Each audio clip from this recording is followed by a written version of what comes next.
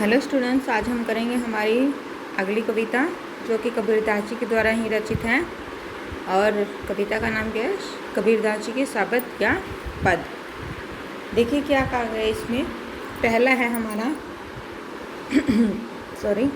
मोको कहाँ ढूंढे बंदे, मैं तो तेरे पास में। ना मैं देवल ना मैं मस्जिद, ना काबे कैलाश में। ना तो कोने क्रियाक्रम में, ना योग वैराग में।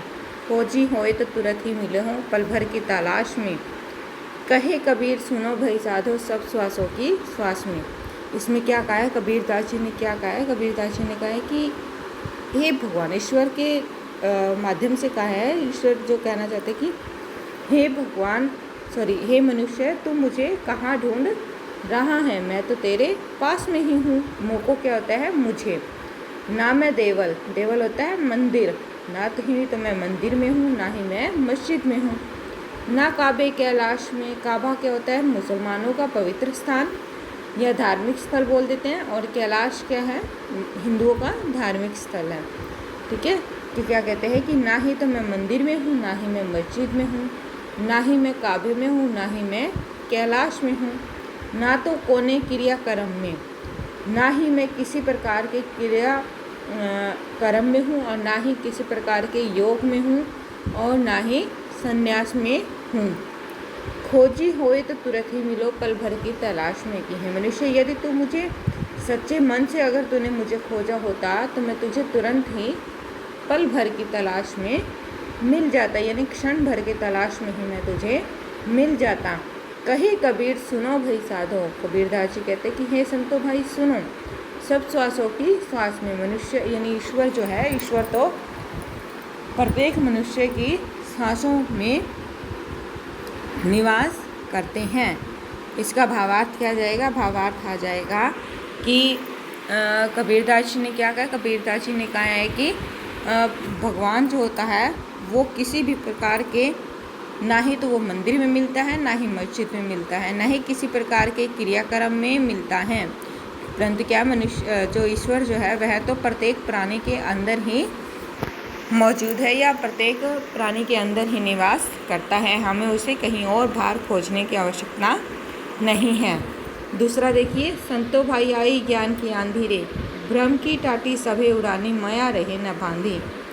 हिति चित की द्वैत होनी गिरानी, मोह बलिंदा टूटा टूटा। तृष्णा छानी परी घर उपरी, कुबुद्धि का भांडा फूटा। जोग जुक्ति करी संतो बांधे, निर्चु चुए न पानी। कूट कपट काया का निक्सा, हरि की गति जब जानी। आंधी पीछे जो जल भूटा, प्रेम हरि जन भीना। कहे कबीर भान के प्रगटे, उदित भया तब खीना। देखिए इसमें क्या कहा है, यहाँ पर कबीरदास जी ने ज्ञान के महत्व का वर्णन किया है। ठीक है, ज्ञान को महत्ता दी है उन्होंने। और उन्होंने ज्ञान की तुलना किससे की है? आंधी से की है। और उन्होंने कहा है कि हे संतो भाई, अब क्या है? ज्ञान रूपी आंधी आ चुकी है। भ्रम की टाटी सभी उड़ानी, भ्रम होता है वहम, और टाटी हम छप्पर को बोल देते हैं। ठीक है, सभी उड़ानी, माया रहे ना बांधी। जिस प्रकार से क्या है, आंधी के आने पर जो झोपड़ी होती हैं वो उसकी दीवारें गिर जाती है, और वह क्या होती है? बंधन से मुक्त हो जाती है। उसी प्रकार से क्या है, ज्ञान के आने पर मनुष्य की जो भ्रम रूपी जो छप्पर था वो अब टूट चुका है, और माया उसे अधिक समय तक बांध कर नहीं रख सकती हैं। हिति चित की द्वैत होनी गिरानी, मोह बलिंदा टूटा। क्या कहते हैं कि द्वे होती है दो, और थूनी किसको बोलते हैं? खंबे को बोलते हैं। ठीक है, जिस प्रकार से क्या होते हैं, झोपड़ी की जो सारी दीवारें गिर जाती है और वह बंधन मुक्त हो जाती हैं। ठीक है, जो मान लो द्वैत होनी होती, क्या आते हैं? लकड़ी का जो खंबा होता है उसको कहा जाता है। जिस खंबे पर जो झोपड़ी टिकी हुई होती हैं, और क्या होता है? वह भी गिर जाता है। मोह बलिंदा टूटा, और क्या होता है? मोह का, और जो उसका मोह का जो मोह माया जो होती है, उसका भ्रम जो होता है वह टूट जाता है। उसी प्रकार से क्या होता है कि जिस प्रकार आंधी के आने से झोपड़ी जिस खंबे पर टिकी हुई होती है वे दोनों खंबे टूट जाते हैं, और उसका क्या होता है? उसका मोह भंग हो जाता है। उसी प्रकार से क्या है, मनुष्य जो है उसके अंदर क्या होती है, जितनी भी मोह माया होती हैं वह ज्ञान रूपी आंधी के आने से वह भी क्या हो जाती है, दूर हो जाती हैं। तृष्णा छानी परी घर ऊपरी कुबुद्धि का भांडा फूटा। तृष्णा किसको कहा जाए, जो हमारी इच्छाएं होती हैं उसको कहा गया है, ठीक है। और कुबुद्धि क्या होती है, बुरे विचार जिसको हम बोल देते हैं, ठीक है, बुरे विचारों को कहा गया है। क्या है, जिस प्रकार क्या होता है, ज्ञान के आने पर क्या होती है, मनुष्य की सारी इच्छाएं, सारी तृष्णाएं जो होती हैं वो सब मिट जाती हैं, और जो उसके मन में जो बुरे विचार होते हैं वो भी क्या होते हैं, उसके पास से चले जाते हैं। जोग जुक्ति करो संतो भानी निर्चु चुए न पानी। क्या हो जाता है, इसमें क्या आ जाएगा कि संसार जो होता है, संसार के लोग जो होते हैं वो हर तरह से प्रयास करते हैं कि संसार के लोग जो होते हैं वो हर तरह से प्रयास करते हैं कि जो उनका कुबुद्धि रूपी जो घड़ा होता है उसमें से पानी जो यानी तृष्णा रूपी जो पानी होते हैं वो बिल्कुल भी नीचे न गिरे।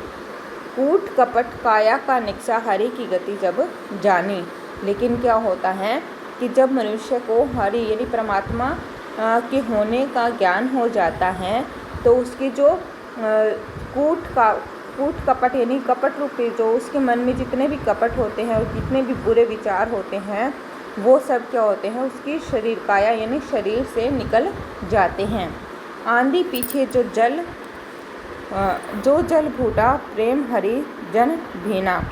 और क्या कहते हैं कि आंधी के बाद जो बरसात आती है उससे क्या होती है, सारी चीज़ धुल जाती हैं। उसी तरह से ज्ञान की प्राप्ति हो जाने के बाद क्या होता है, मन जो होता है वो निर्मल हो जाता है।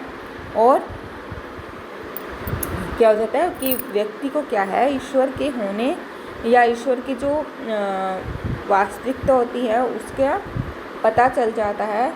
उसका पता चलने के बाद वह उसी के रस में मगन हो जाता है। कहे कबीर भान के प्रगटे उदित भया तब हीना। कि कबीरदास जी क्या कहते हैं, कबीरदास जी कहते हैं कि ज्ञान रूपी सूर्य के उदित होने से, ठीक है, ज्ञान रूपी सूर्य के उदित होने से अहंकार रूपी जो अंधेरा होता है वह कम होने लगता है।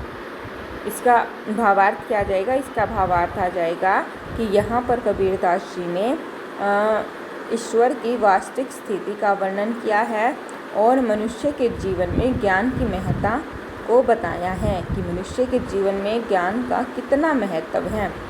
एक ज्ञान ही जिससे उसके जीवन को हर तरह से सुधार मिलता है और वह अपने जीवन की वास्तविक स्थिति को इसी ज्ञान के द्वारा ही प्राप्त कर सकता है या जान सकता है। एक बार दोबारा से देख लीजिए दोनों की। मुँह को कहाँ ढूंढे बंदे मैं तो तेरे पास में। कबीरदास जी कहते हैं कि ईश्वर कहते हैं कि हे मनुष्य तू मुझे कहाँ ढूंढ रहा है, मैं तो तेरे पास में ही हूँ। ना मैं मंदिर ना तो मैं मंदिर में हूँ, ना ही मैं मस्जिद में हूँ और ना ही किसी प्रकार के धार्मिक स्थल काव्य और कैलाश में हूँ। ना तो कोने क्रियाक्रम में, ना ही मैं किसी प्रकार के क्रियाक्रम में हूँ, ना योग में हूँ, योग साधना में हूँ, ना ही संन्यास में हूँ। यदि तू मुझे सच्चे मन से तूने मुझे खोजा होता तो मैं तुझे तुरंत ही मिल जाता, तुरंत ही क्षण भर की तलाश में ही मैं तुझे मिल जाता। कहे कबीर सुनो भाई साधो सब श्वासों के साथ में। कबीरदास जी कहते हैं कि संतो भाई सुनो, ईश्वर तो सब प्राणियों की श्वास यानी सांस में ही निवास करते हैं। संतो भाई आई ज्ञान की आंधी रे। कबीरदास जी क्या कहते हैं, कबीरदास जी कहते हैं कि हे संतो भाई अब क्या है, ज्ञान रूपी आंधी आ चुकी है और जिस प्रकार से आंधी के आने पर जो झोपड़ी के जितने भी छप्पर होते हैं वो सारे टूट जाते हैं, उसी प्रकार से क्या है, ज्ञान रूपी आंधी आने से जो मनुष्य के मन में भ्रम रूपी जो छप्पर था वो अब टूट गया है और मनुष्य को माया अधिक समय तक बंदी नहीं बना सकती। और जिस झोपड़ी जो होती है वो जिन दो खंभों पर टिकी हुई होती है वो दोनों खंभे भी क्या होते हैं, टूट जाते हैं और मनुष्य के जीवन से मोह माया भी दूर हो जाती हैं। मनुष्य के मन में जितनी भी तृष्णाएं इच्छाएं होती हैं वे सब उससे चली जाती हैं और कुबुद्धि का भांडा फूटा। और क्या होता है, जो बुरे विचारों रूपी जो मटका होता है उसका पर्दाफाश होने लग जाता है। जोग जुक्ति करो संतो बांधी, निर्च चुए न पानी। यह संसार जो है वो हर तरह से प्रयत्न करता है कि उसके जो बुरे विचारों रूपी जो मटका उसमें से पानी बिल्कुल भी नीचे न रिसे। कूट कपट काया का निक्षा हरि की गति जब जानी। लेकिन जब क्या है, मनुष्य हरि की स्थिति को जान लेता है तो उसके जो शरीर से क्या होती हैं बुरे कपट यानी छल कपट जो होता है वो सारा निकल जाता है। आंधी पीछे जो जल भूठा, प्रेम हरिजन भीना।